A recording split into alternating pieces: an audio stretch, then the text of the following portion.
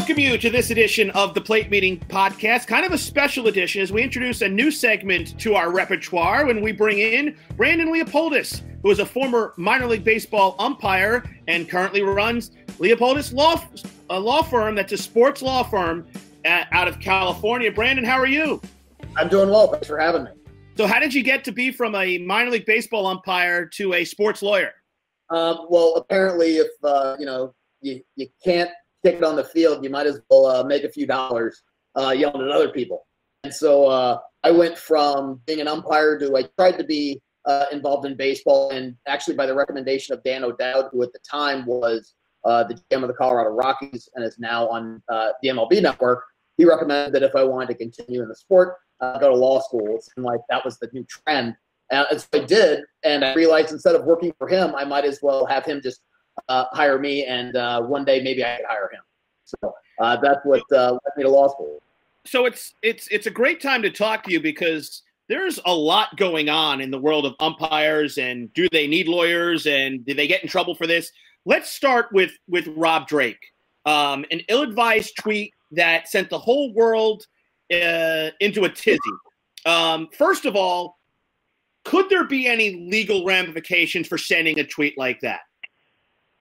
So early on, there was a lot of discussion about it because he had mentioned that he was going to get a gun in AR-15 because of all the political talk that was going on about gun rights and that type of thing. Probably no. It's the First Amendment issue right here. Now, First Amendment only protects you from government retaliating on your speech. And the only thing that of speech that you can't do is like fire in a crowded movie theater, right? So you think about how that might affect. It has to be a real threat.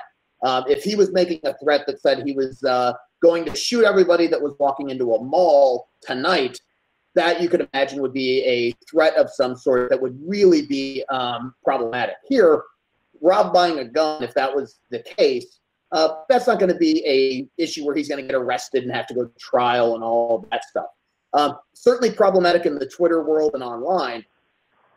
You're not going to have a lawsuit or charges being filed against it. That just wouldn't happen. So that's the good news. Unrelated to what you could help him with as a lawyer, as a former minor league baseball umpire, this is a little before they had Twitter, but they tell you nowadays, don't tweet. First rule of Twitter, don't tweet. And the reason being, with umpires, really the biggest thing is you want to avoid any appearance of a conflict of interest or bias of any sort, because really the integrity of the game, it needs to be placed above all else, right? That's just the nature of the job of being an umpire, a referee, any sort of third-party neutral in a sport. You want to be just like a judge. You want all bias out of the way. And so a good example of something that happened in the past that might be a bit of an analogy is Joe West in 2017, when asked who the biggest complainer in baseball was, said that Adrian Beltre nagged about every single pitch, and he got a 3-game suspension. That's really covered when that's covered in the CBA, right? So the collective bargaining agreement that the umpires have with Major League Baseball covers that, and there's always a best interest of baseball clause that the commissioner can institute. So you may see that with Rob, where he might have the first week or so of the season where he just happens to be on vacation that week, something like that.